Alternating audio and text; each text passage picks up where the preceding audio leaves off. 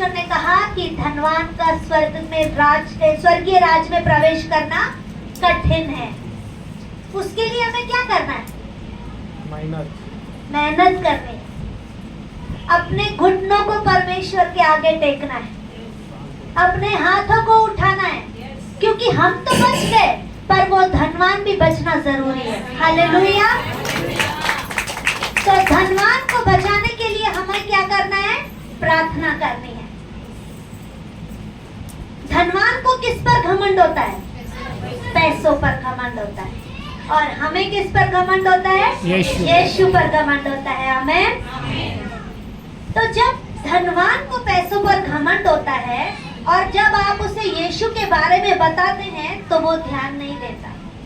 सुनेगा पर वो ध्यान नहीं देगा। वो सुनकर आपकी बातों को हल्का करते हैं और वो अपनी मस्ती में निकल जाते हैं। हालेलुया। पर वो ये भूल जाता है कि पैसे की भी एक लिमिट होती है। पैसे की एक लिमिट होती है, पर जो हमारा परमेश्वर है वो अनलिमिटेड परमेश्वर है, जिसकी कोई लिमिट नहीं होती। हालेलुया।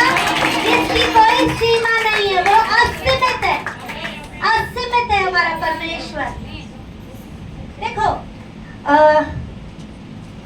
जब परमेश्वर अगर किसी को ब्लेस करता है तो वो ये नहीं देखता कि इसके पास पैसा है या इसके पास पैसा नहीं है। वो आपके मन को देखता है, वो आपके चरित्र को देखता है, वो आपके स्वभाव को देखता है कि मेरा बेटा मेरी बेटी किस तरह मेरे लिए तड़प रहे हैं। हालेलुया। किस तरह वो बोझ को उठाने के लिए रेडी है, तो वो अपने आप आपको ब्लेसिंग देते जाता है। हालेलुया। तो जब धनवान परमेश्वर पर विश्वास नहीं करते तो हमारा काम है उसके लिए प्रार्थना करना, ताकि आज नहीं कल ऐसा आए जब वो भी परमेश्वर के राज्य में प्रवेश करे। हालेलुया।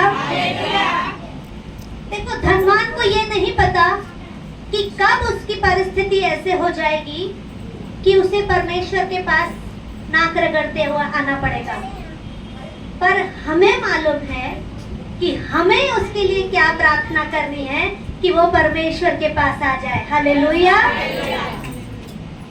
देखो, हर एक का समय एक जैसा नहीं रहता। आज कोई गरीब है तो उसका समय एक जैसा नहीं है।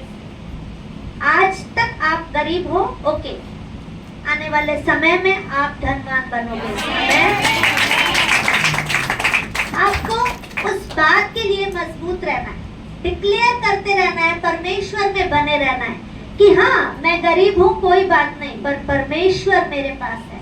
ये जो असीमित खजाना है ना, वो पैसे से ज्यादा है। और जब आप इस पर भरोसा करते हैं तो वो जो पैसे का धन है, जो संसार का धन है, वो आपके पास ऑटोमेटिक आता जाता है।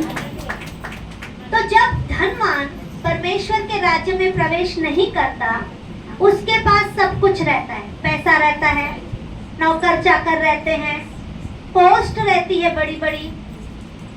वो अपने आप को ऐसा समझते हैं कि हम कुछ भी काम पैसे से कर सकते हैं। उनमें किसी बात की कमी घटी नहीं रहती है। उन्हें सिर्फ पैसा फेंकने की देर रहती है कि मेरा ये काम पड़ा है, ये भाई ये ले पैसा और ये काम कर दिया। एक फोन घुमाते हैं और उनका काम हो जाता है। पर मैंने कहा, किसी का भी समय सेम नहीं रहता। हालेलुया। मैंने बहुत सारे धनवानों को देखा है जिनके पास सब कुछ है, सब कुछ, गाड़ियां, बंगले, नौकर चाकर, उन्हें ग्लास उठाने के लिए भी नौकर आते हैं, खाना देने के लिए भी नौकर आते हैं, पलंग का चादर बिछाने के लिए भी नौकर आते हैं।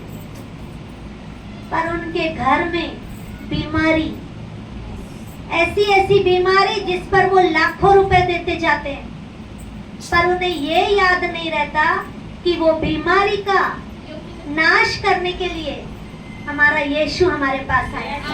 हालेलुया।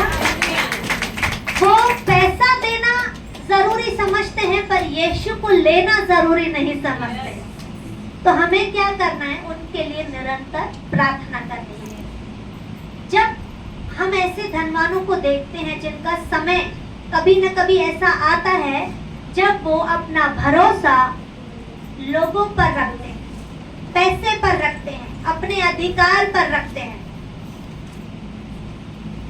तो उनका विश्वास उसी जगह पर मजबूत होता जाता है कि हाँ, मैंने ऐसा किया, मैंने फोन उठाया, मैंने अपना काम कराया, मेरा काम हो गया, उसे यहाँ वहाँ जाने की जरूरत नहीं पड़ती। पर जब उनका समय बदलता है, कोई अगर उनके घर में बीमार होता है तो उनका ध्यान कहाँ जाता है? डॉक्टर के पास जाता है। डॉक्टर के पास जाएंगे, उनके घर का कोई सदस्य हॉस्पिटल में है तो वो क्या करते हैं? डॉक्टर को आपको जितना पैसा चाहिए आप चिंता मत करो, पर हमारे घर के सदस्य को ठीक करके दो। बोलते हैं ना ऐसा। उसके लिए चाहे उन्हें बाहर से भी डॉक्टर को बुलाना पड़े, वो पैसा खर्चा करने के लिए रेडी रहते हैं। क्यों? क्योंकि उनका भरोसा किस पर है? पैसे पर। और दूसरा भरोसा किस पर है? डॉक्टर पर, कि पैसे के बाद वो डॉक्टर हमारे घर के सदस्य को ठीक करेगा। पर समय ऐसा आता है कि डॉक्टर भी एक टाइम आता है वो अपने हाथ ऊपर कर देता है और वो बोलता है कि अब मेरे से नहीं होगा। अब आप उसके लिए प्रार्थना करो, आप दुआ करो, मैं अपनी तरफ से कोशिश पूरी करूंगा। अब आगे परमेश्वर जाने।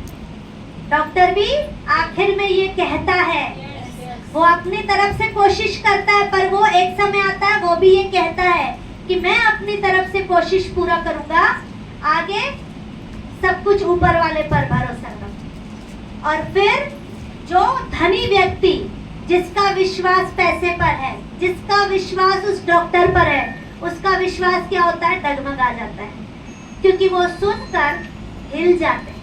कोई भी रहेगा, किसी का भी परिवार का सदस्य अगर हॉस्पिटल में रहेगा और डॉक्टर उसे ऐसा कहेगा कि अब मेरे से नहीं होगा, मैं अपनी तरफ से कोशिश कर रही हूँ, अभी आगे ऊपर वाला जाने, तो वो निराश होगा।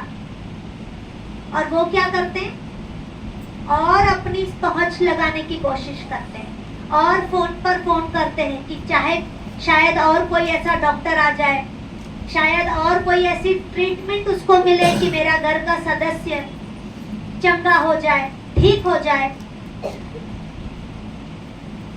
जहां डॉक्टर ने साथ छोड़ दिया, जहां पैसे ने साथ छोड़ दिया, वहां हमारा यीशु साथ देता है। आमीन। क्योंकि वो जिंदा परमेश्वर है। वचन कहता है, एक दूध पियाते हुए माँ भी तुम्हें छोड़ देगी, पर मैं तुम्हें न कभी छोड़ूंगा न कभी त्यागूंगा। एक हमारा परमेश्वर ही है जो हमें कभी छोड़ता नहीं। मनुष्य साथ छोड़ देगा, डॉक्टर साथ छोड़ देंगे, परिवार वाले साथ छोड़ देंगे, पर वो जिंदा परमेश्वर कभी साथ नहीं छोड़ता। हालेलुया। क्यों? क्योंकि वो डॉक्टरों का डॉक्टर है। हालेलुया। वो राजाओं का राजा है। जब हम पूरी परिस्थिति को यीशु के आगे लेकर जाते हैं कि परमेश्वर, अब हमारे घर का माहौल ऐसा है, हमारे घर का सदस्य बहुत बीमार है, मैंने अपने तरफ से बहुत कोशिश कर ली, मैंने बहुत बड़े बड़े डॉक्टरों को बुला लिया, पानी की तरह पैसा बहा लिया, पर रिजल्ट जीरो। रिजल्ट क्या आया? जीरो। अब उस जीरो को हीरो बनाने के लिए हमें उस हीरो को अपने पास लेकर आना है। हालेलुया। वो हीरो दरवाजे पर वेट कर रहा है कि कब तू दरवाजा खोल तो मैं तेरे पास आऊं। हालेलुया। तो आपको क्या करना है? हीरो को बुलाने के लिए दरवाजे को खोलना है, क्योंकि परमेश्वर ने कहा कि मैं तुम्हारे द्वार पर खड़ा हूँ, तुम्हारे द्वार को खटखटा रहा हूँ। हालेलुया। तो उस द्वार को हमें खोलना है, और जब हम द्वार को खोलते हैं तो वो हीरो यीशु मसीह हमारे पास आता है और वो हमारे कामों को सफल कर देता है। हालेलुया। तो जो रुके हुए काम है वो यीशु के आने से सफल हो जाते हैं। हालेलुया। बीमार चंगे हो जाते हैं। आमीन। गरीब धनी हो जाता है। मरी हुई आशीषें फिर से जिंदा हो जाती है।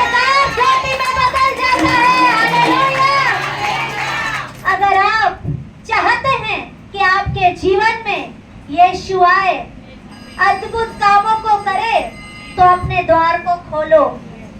वो बाहर खटखटा रहा है, पर आपने कड़ी लगा कर रखी है, उस कड़ी को खोलो। भाई ने कहा ना कि बाइबल भी है, चाबी भी हमारे पास है, पर हम खोलते नहीं, पढ़ते नहीं।